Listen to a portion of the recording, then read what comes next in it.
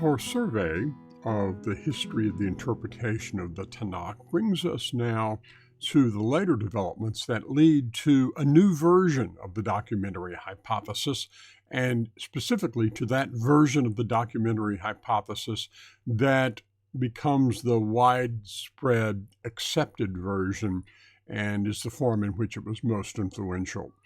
You may remember that we ended our previous survey by looking at the old version of the documentary hypothesis.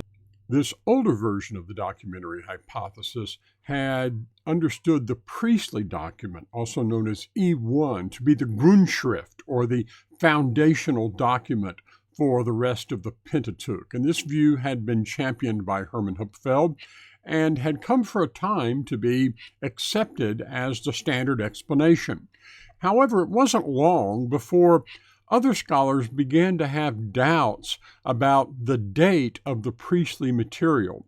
Among those who first challenged the early date of the priestly material was the scholar Edward Roos, who had studied under Eichhorn at Göttingen, but eventually became a professor of Old Testament at the University of Strasbourg. His History of the Holy Writings of the Old Testament, first published in 1881, raises some challenges to the question of the date of some of the legal material in the Old Testament. Another even more influential voice was that of Wilhelm Vatke.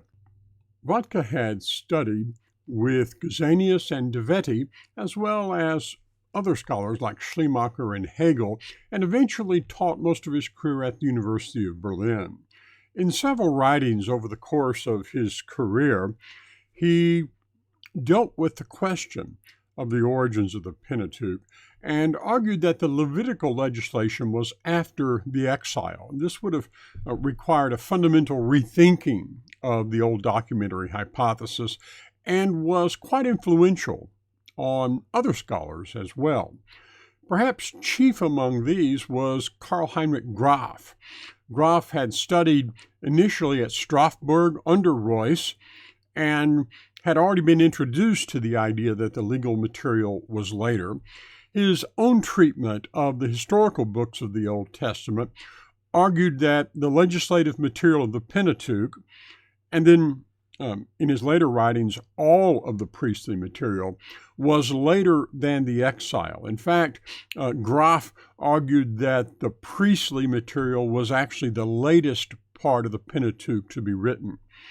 And this idea that the lateness of the whole of P was a fundamental element of the origins of the Pentateuch had been actually suggested to him by the Dutch scholar Abraham Kuenen. Kuenen is not much known in the English-speaking world, particularly here in the United States. He had studied and then later taught at the University of Leiden, and in the middle of the 19th century, he was one of the leading proponents of historical criticism and its study of the Old Testament.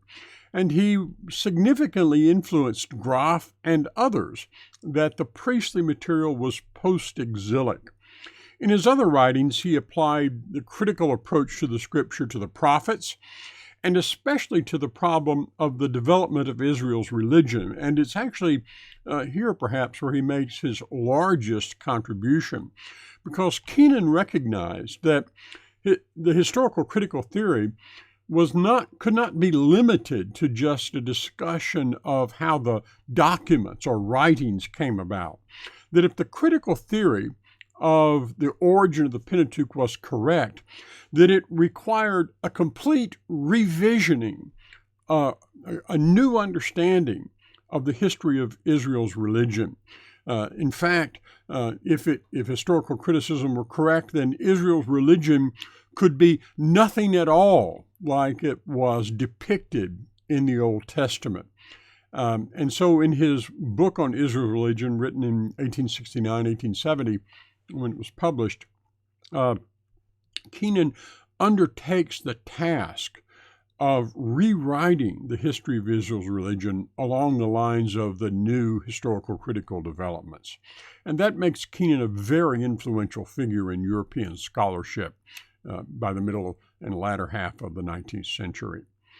But the person most identified with the shift from the old documentary hypothesis to the new documentary hypothesis is the German scholar Julius Wellhausen. Wellhausen had studied at Göttingen under Ewald and then taught at a variety of institutions. He taught not only Old Testament, but some New Testament stuff, and eventually left biblical studies altogether to focus on Arab studies. And most of the latter part of his career was actually taken up with the teaching of Arabic and other Semitic studies more broadly. But he's best known to us for the first volume of his proposed History of Israel, subsequently republished under the title of Prolegomena to the History of Israel. The reason for that is that Wellhausen had intended to write an entire history of Israel, wrote the introductory material in the first volume, and that became so controversial and led to so many other things that he never got around to writing the rest of Israel's history. So all he ever wrote of his history of Israel was the introduction. But in that introduction, Wellhausen popularized the view that the priestly material was the last Pentateuchal source. And while he was by no means the first person to suggest this, his articulation was very influential, largely because he joined a theory of the evolution of the text with a theory on the development of Hebrew religion. And this had already been undertaken, as we saw by Vatke and others through whom his influence had eventually come down to Wellhausen, like Karl Rath. And so Wellhausen adopts an understanding of the history of Israel's religion that basically borrowed most of its elements from two sources. There was the Dutch scholar Abraham Keenan and the French philosopher Auguste Comte. And we'll talk a little bit about Comte's contribution in a moment. It's generally not well recognized today. But Wellhausen makes 5 arguments for his view that the priestly material is the latest material in the Pentateuch and therefore requires a reshuffling of the theory. First, Wellhausen argues that the priestly material presumes the existence of a single cultic site, whereas the Deuteronomic material, written before the exile, argues that there should be one cultic site. Also, Wellhausen argues that the priestly material envisions a single order of priests, whereas the Deuteronomic material allows for multiple priestly orders. So both of these, in Wellhausen's mind, and you could debate the validity of these points, but at least in Wellhausen's mind, both of these suggested that P had to be later than Deuteronomy. In addition, Wellhausen says that the former prophets do not reflect any knowledge of the priestly legislation, and likewise the pre-exilic prophets do not reflect any knowledge of the priestly legislation. And these are supporting legs to the argument. The fifth point of the argument is that the priestly material reflects a more abstract stage in Israel's religious development, and consequently a more abstract stage in his mind and the minds of the others meant a later stage in Israel's religious development. So putting these 5 arguments together, Wellhausen concludes that the priestly material must be later than the Deuteronomic material. So if you remember the old documentary hypothesis, Deuteronomy was fixed in the period of Josiah's reform, at the beginning of Josiah's reform for most people. And that is kind of the linchpin around which all the chronology has to operate. And so the first thing that happens in Wellhausen's re-articulation of the documentary hypothesis is that the Yahwistic author is moved from about 850 to about 950. Similarly, the Elohistic author moves from about 750 to about 850. That makes the Yahwistic author, in effect, the central theologian of the Davidic monarchy and the First Temple, whereas the Elohistic theologian becomes the primary theologian, if you will, of the northern kingdom at the beginning of its golden age around 850. The date of Deuteronomy is fixed still in connection with Josiah's reform, and so that doesn't change. The source that changes the most, then, is the priestly material. The priestly material, which had been seen as foundational in the old documentary hypothesis, is now moved from the time of David's monarchy and the First Temple all the way to the exilic or early post-exilic period, commonly given the date of around 450 by the time it's reduced to writing, and that makes it the latest of the Pentateuchal sources. That also has the effect of moving the editing of the Pentateuch to some time after the writing of the priestly material. In other words, shifting it from anywhere between 400 BC and 165 BC. And it's this version of source criticism that comes to be known as the new documentary hypothesis, also referred to by the sequence of the sources as the JEPD theory, that Wellhausen establishes and becomes the really influential version throughout the 20th century and to today in the minds of many. This theory, again, is documentary. That is to say, it assumes that they're working with three parallel documents, parallel in the sense that they tell the same basic historical narrative, but from three different literary and theological perspectives. On the large scale, these three sources are understood to have been edited together to create something that sort of looks like this, where the Genesis material is primarily Yahwistic, with a little bit of priestly material, particularly the creation account in Genesis 1 and some redactoral material. And then once we get into the patriarchal narratives, a little more Elohistic material. The book of Exodus, more Elohistic with a little bit of priestly material, especially the parts that connect to the tabernacle. The book of Leviticus is almost entirely priestly material with just a little bit of redactional material added. And the book of Numbers still largely priestly, but with significant material from the Elohist and also from later redactors. So that's how the theory looks on the large scale of the Pentateuch. But if you reduce that down to the level of individual texts, you find that it's not just this kind of block editing, but this goes all the way down to the level of individual words. So if you take a passage like Genesis 25, verses 18 to 32, and you look at the way critical scholars handled it, you would find that they assign words and phrases to different sources. So here we have the material assigned to the classic Yahwist in red.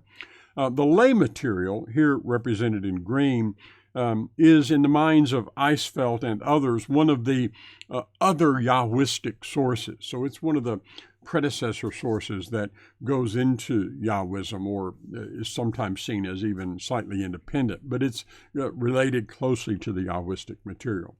The blue material, here just two words of this text are assigned to the Elohist, the purplish material priestly, and then in this case we have one phrase that was thought by Eisfeld to belong to the redactor.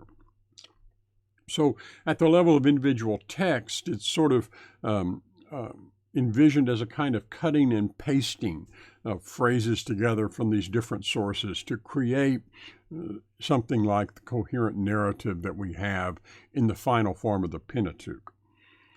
So of these 5 arguments that Wellhausen summons to argue for the new version of the documentary hypothesis, I'd like to spend just a minute more on the last of these, the idea that the priestly material reflects a more abstract and therefore later stage in Israel's religious development. I mentioned that part of the influence of this is from the French philosopher Auguste Comte. Again, Comte is not well known, particularly here in America. If he is known, it's probably by sociologists because he's sometimes described as the father of sociology. In fact, I believe he's the person who actually coined the term sociology. Of course, he would have coined it in French, not in English. Among the scientific community and historians of science, Comte is sometimes regarded as the father of positivism, that branch of philosophy, and especially the philosophy of science, that asserts that only those things that can be positively proven from observable facts can be regarded to be true. But Comte is also responsible for an idea that was very influential over the end of the 19th century and the first half of the 20th century. And that was this idea that human intellectual development in all societies passed down through a common series of stages. Now, on a larger scale, Comte argued that there were 3 large stages, which he calls the theological or the fictitious, the metaphysical or the abstract, and the positive or scientific stage. The theological stage was the stage that attributed causation to the gods or to a deity. The metaphysical stage was the stage where Comte says people abandon the idea of gods but attribute causation to abstract forces, sort of like the gravity. And then the final stage, the scientific or the positive stage, people reach the level of intellectual development where they don't need explanations or broad explanations for why things happen. They simply analyze the data available to the senses and arrive at truth in that way. So within the theological stage, the first of these 3 stages, Comte argues that religious development in all societies passes through a series of stages. It begins with animism, the idea that there's a life force, a divine life force within everything. And then fetishism, where that life force is kind of thought to be concentrated and especially associated with certain things. Totemism, where those fetishes are associated with the ancestors of certain people groups. And so, the totem or it can be an animal or person who is thought to kind of be the ancestor of a people group and who those people have inherited certain qualities from the totem that is their source, if you will. From this point, Comte says we move from animals and forces in totemism to the idea of personal deities who are responsible for all of the things that go on in the world. And because there are many forces at work, there are many gods. This is the stage of polytheism. The next stage, Comte says, is henotheism, where you may acknowledge that there are many gods that exist, but elevate one god to the highest god that you yourself might worship, or others in your group might worship. And then finally, Comte says that religious development arrives at the stage of monotheism, the belief that there is only one God. So this is Comte's theory of how religious thought develops in all societies. But Wellhausen takes that and then builds some further stages on it. And Wellhausen says that in Israel, monotheism was succeeded by what he calls ethical monotheism. This isn't just the belief in one God, but the belief that that one God is a God of high moral and ethical standards to which he expects others, people to conform. This is followed by the priestly cult, with its emphasis on laws, and the cultus at the primary site of the temple, particularly since Wellhausen, this is the second temple, would be after the exile. This leads in turn to Judaism, which is particularistic and very legalistic, and emphasizes the special relationship between God and one people, whereas ethical monotheism had been rather universalistic and had envisioned God as caring about all creation, or all of mankind.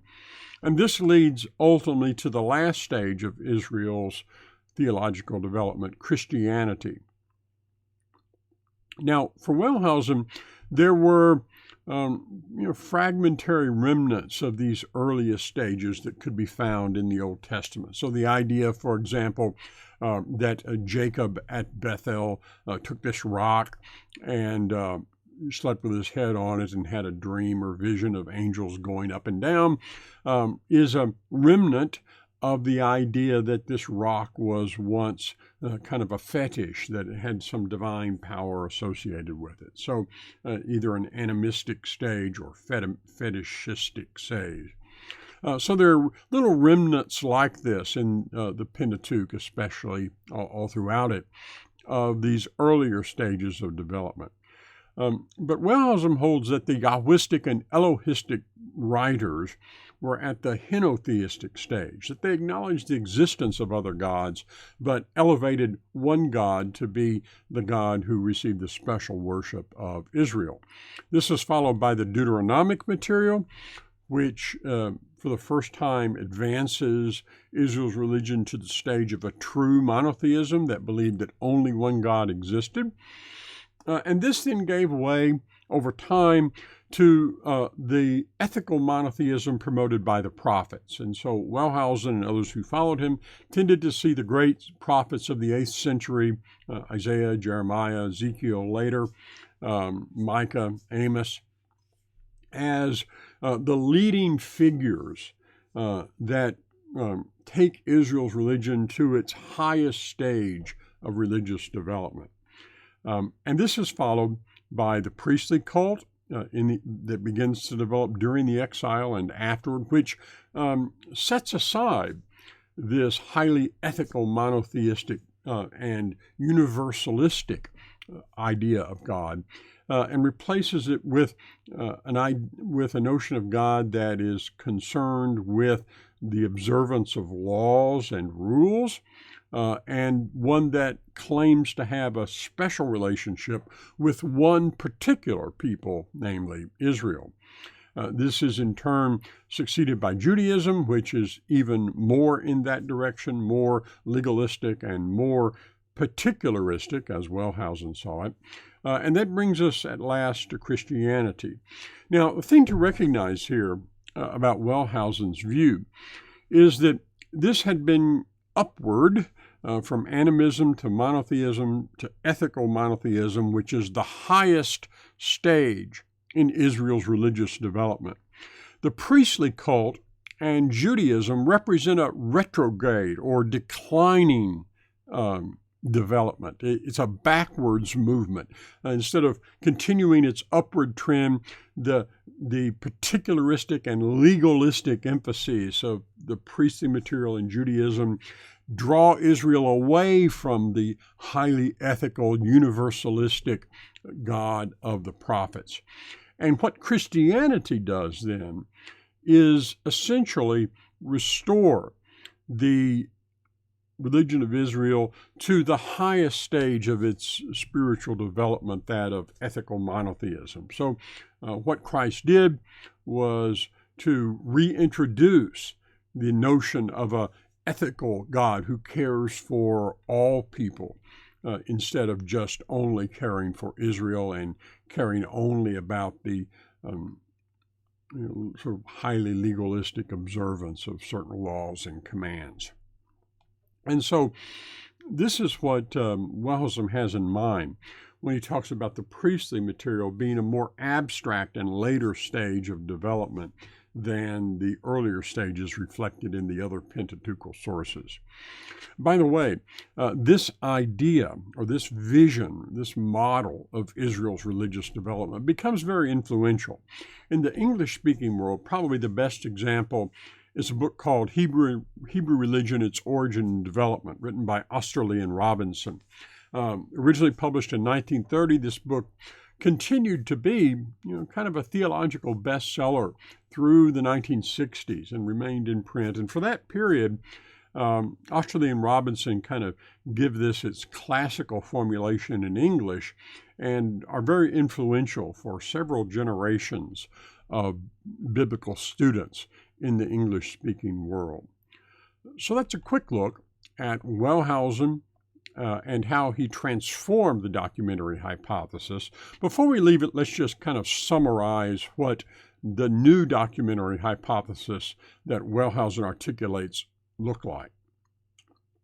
So, this new documentary hypothesis envisions multiple strands of Yahwistic material, which we might describe as J1 and J2 and so forth. The J1 source is often associated with the El or lay source because it's a non-priestly source. According to this view, somewhere around the time of David's monarchy in the First Temple period, David Solomon, sometimes given around a date of around 950, this material is edited together by an editor or redactor, redactor J, to form a single J document. This document represents the theology of southern Israel or Judah.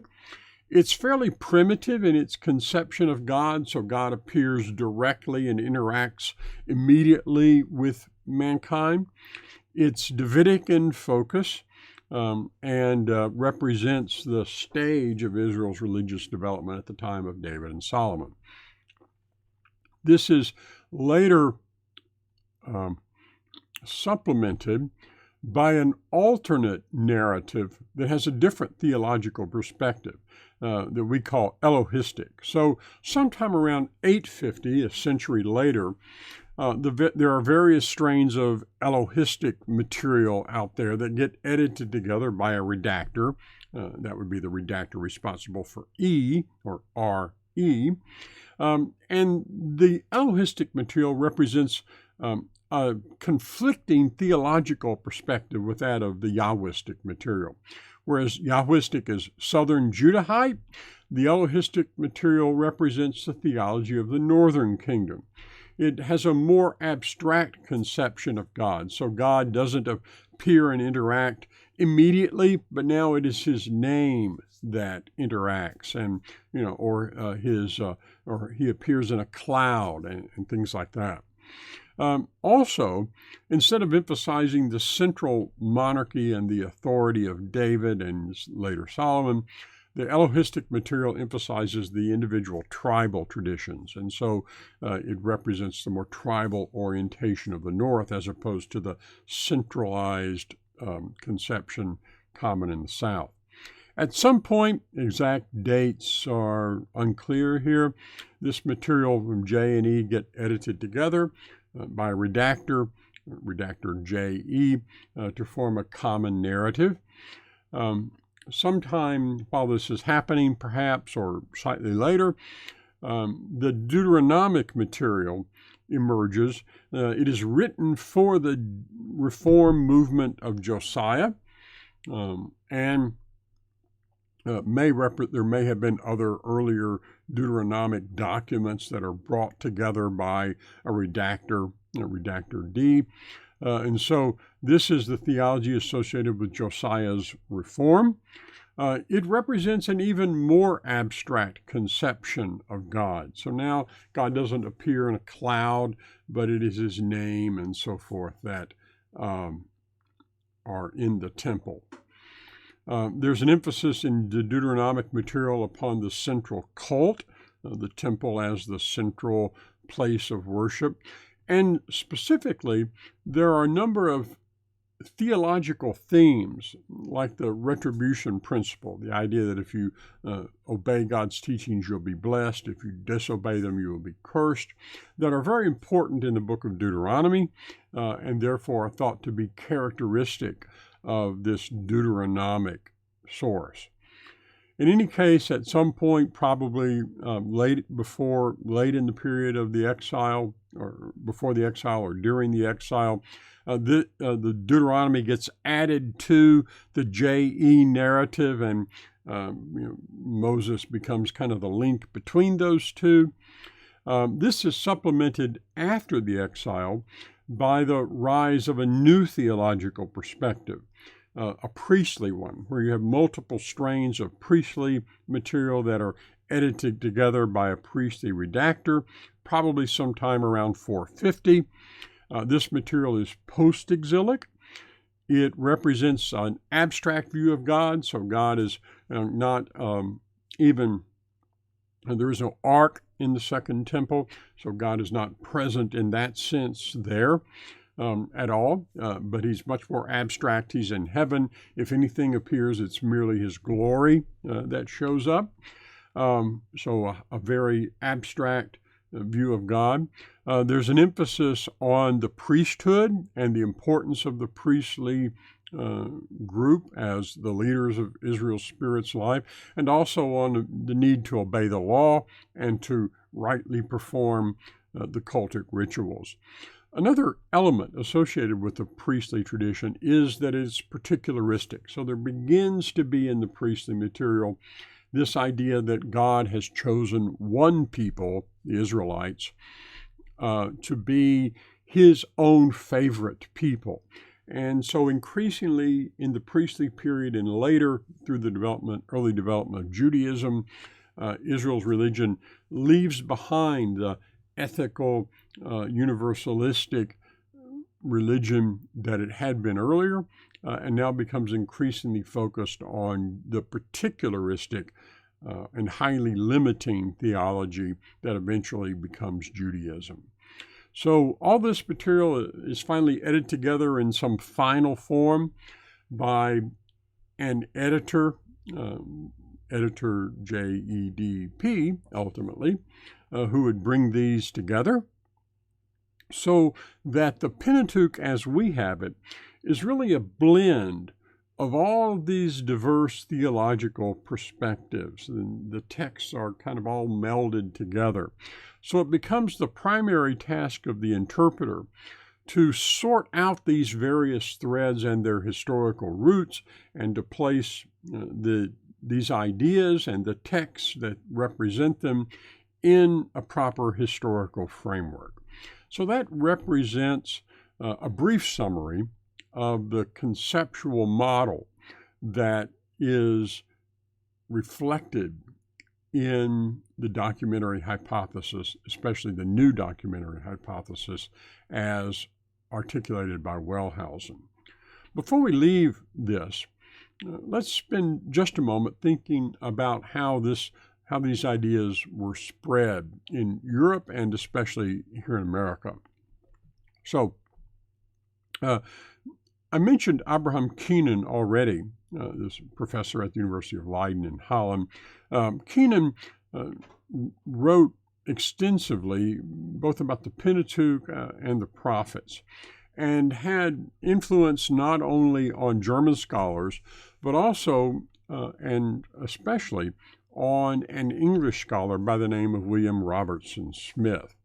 William Robertson Smith was a Presbyterian, very bright, intelligent, and pious Presbyterian.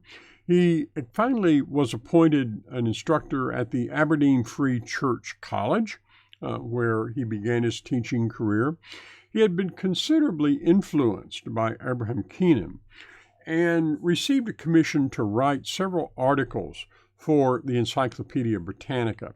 Most significantly, he wrote the article on the Bible in the 1876 edition of the Encyclopedia.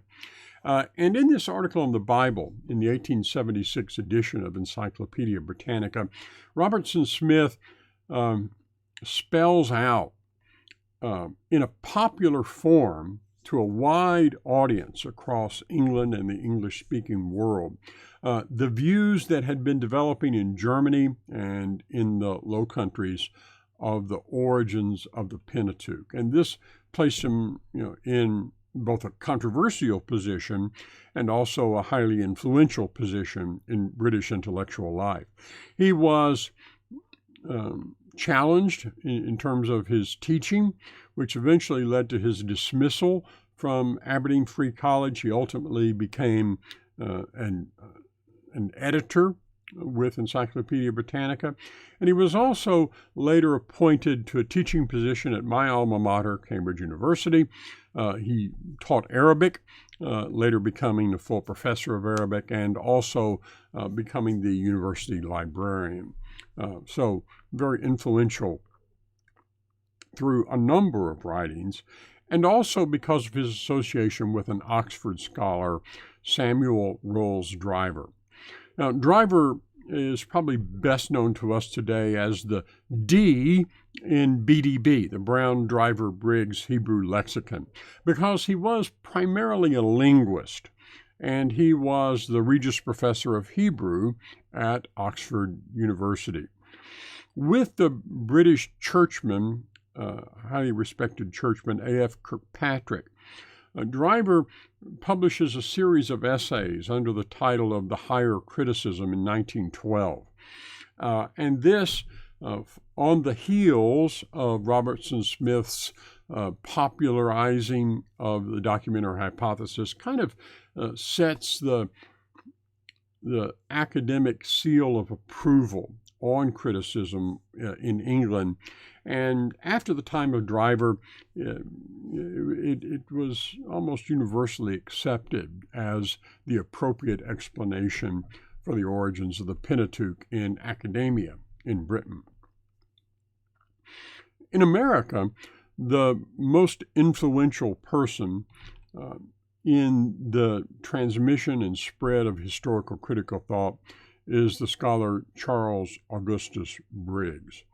I have to admit, I feel a little personal synergy with Briggs since he and I look so much alike. But otherwise, we don't have too awfully much in common. Briggs was a Presbyterian who taught at Union Theological Seminary in New York. Briggs, if S.R. Driver was the D in BDB, Briggs is the second B. He's the Briggs of the Brown Driver Briggs Hebrew Lexicon. And through his lexicographical work, he developed a very significant reputation. He also, later in his career, became the editor along with S.R. Driver, who is the Old Testament editor, of the International Critical Commentary series. And this commentary series, which was critical, as the name suggests, was highly influential in the spread and acceptance of historical criticism in the English-speaking world, particularly here in America. Briggs was a controversial figure. In large measure, he brought much of the controversy upon himself. He was said to be rather abrasive and hard to get along with at times. But in any case, in 1891, as a result of his initial professorial lecture at Union Theological Seminary, Briggs was accused of being a heretic. And this, while it's understandable that this would be a significant thing within his church body, because of his position in New York, this became also a very public kind of trial and accusation. So these charges came in 1891. Later, in 1892, he was tried for heresy. The trial went through several stages, sort of more local and then ultimately a national stage. At the early stages, he was found to be not guilty of teaching false doctrine by those who reviewed his case, but eventually it was appealed to the General Assembly of his church body, and in 1892 he was tried by that body. not just for promoting historical criticism, but for a variety of charges. So Briggs had asserted that reason and the church are also sources of divine authority which can enlighten men to salvation apart from the Holy Scripture. He maintained that there were errors in the original text of the Holy Scripture, that the errors cannot be attributed simply to the process of transmission. He maintained that many of the messianic prophecies of the Old Testament were not fulfilled, and indeed could not be fulfilled. More typically, for historical critics, he argued that Moses was not the author of the Pentateuch and that Isaiah was not the author of chapters 40 to 66 of the book of Isaiah. And in a somewhat somewhat eccentric, more idiomatic position, Briggs was accused of believing that redemption was not complete in this world, but would extend to the hereafter. So the possibility of being redeemed and being reconciled to God was not limited to this world. In any case, in 1893, he was eventually tried by the Assembly and found guilty of promoting these things. And frankly, there's not really any doubt that he actually did teach those things. The only question was whether his church body would regard those as heretical or not. They eventually did. He was excommunicated and later became Episcopalian and continued his teaching career. Another aspect of Briggs's thought becomes important for the later development of what happens, particularly here in America. Briggs had argued that you have to, when approaching the Scriptures, you have to make a distinction between the theology of the Scriptures and the facts of history and geography. And it was Briggs' position that it was the theology of the Scriptures that was the source of the Bible's authority, not the fact that it told the truth about Israel's history. And so for Briggs, it didn't matter if there were factual errors in the history and geography of the Bible, because those were, in a sense, incidental and unimportant matters. What matters are the ideas and the faith of the Bible.